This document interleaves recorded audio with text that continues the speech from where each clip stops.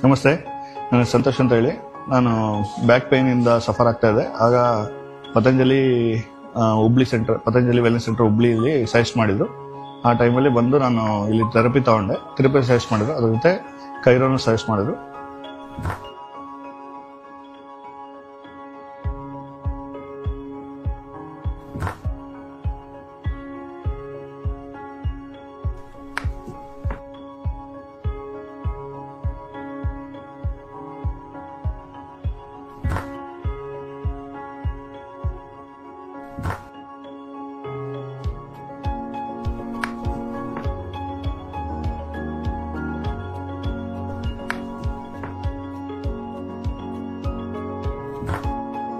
ಕೈರೋದಲ್ಲಿ ನನಗೆ ತುಂಬಾ back pain ಅದೆಲ್ಲ ಬಾಡಿ ರಿಲೀಫ್ ಆಯ್ತು ಅನಿಸ್ತಾ ಇತ್ತು.